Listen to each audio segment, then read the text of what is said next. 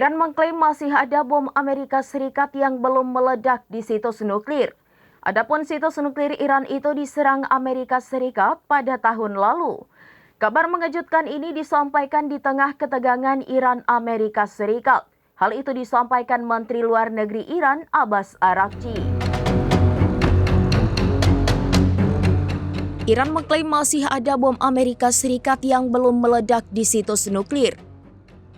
Adapun situs nuklir Iran itu diserang Amerika Serikat pada tahun lalu. Kabar mengejutkan ini disampaikan di tengah ketegangan Iran-Amerika Serikat. Hal itu disampaikan Menteri Luar Negeri Iran, Abbas Araghchi.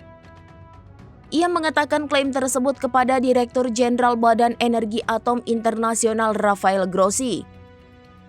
Adapun bom GBU-57 penghancur bunker buatan Amerika Serikat masih terperangkap di situs nuklir Iran. Para analis memperingatkan bahwa bom Amerika Serikat yang belum meledak bisa menjadi keuntungan intelijen Teheran. Pasalnya Iran berpotensi mempelajari dan merekayasa penetrasi canggih Amerika Serikat.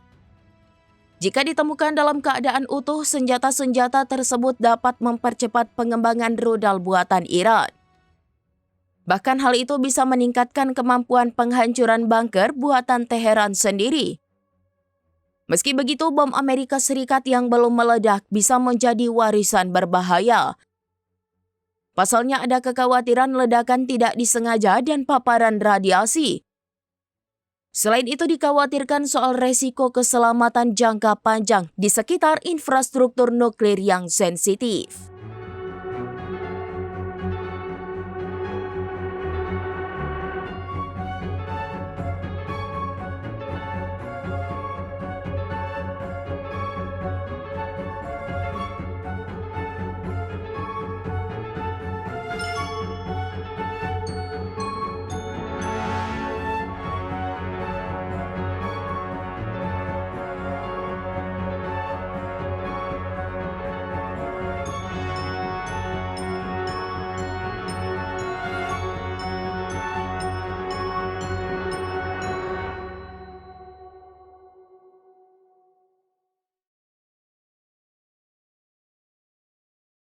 Demikian informasi terkini Syederalon, saksikan terus informasi lainnya. Jangan lupa like dan share seluruh akun serambinews.com.